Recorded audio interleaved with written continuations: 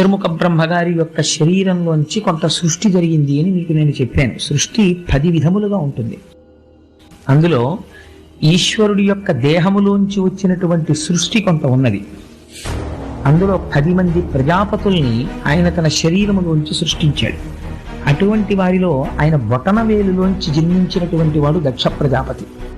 ఆయన్ని తక్కువగా అంచనా వేయడానికి వీల్లేదు. ఎందుచేత అంటే 10 మంది ప్రజాపతులకు కూడా ఆయనకి నాయకత్వం ఇచ్చారు. అంటే ఆయన ఎంతటి మహానుభావుడో మీరు ఆలోచించండి. అటువంటి దక్ష ప్రజాపతికి 16 మంది కుమార్తెలు కలిగారు. ఈ 16 మంది కుమార్తెల్ని కొంతమందికి ఇచ్చి ఆయన వివాహం చేశాడు. అలా రుద్రుడికి శంకరుడికి ఇచ్చి తన కుమార్తె అయినటువంటి సతీదేవినిచ్చి వివాహం చేశాడు.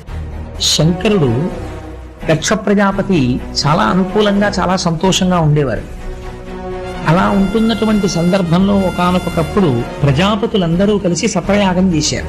అది చాలా దీర్ఘ సత్రయాగం చేస్తుంటే అక్కడికి చతుర్ముఖ బ్రహ్మగారు కూడా వెళ్ళారు.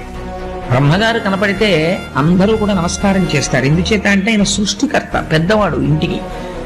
ఆ సభలో పరమశివుడు కూడా ఉన్నాడు. పరమశివుడు కూడా ఉన్నటువంటి సందర్భంలో అది చాలా బ్రహ్మాండమైన సభ, సామాన్యమైన సభ కాదు. అందులో ప్రజాపతులున్నారు, ఋషులున్నారు, మహర్షులున్నారు, బ్రహ్మర్షులున్నారు, వీళ్ళందరూ కూర్చున్నారు. ఇందులో దక్షయజ్ఞ ధ్వంసం అనేటటువంటిది చాలా గమ్మత్తైనటువంటి ఆఖ్యానం. ఎందుకంటే మనకి ఘోరమైనటువంటి పాపాల జాబితాలో కొన్ని చెప్తారు.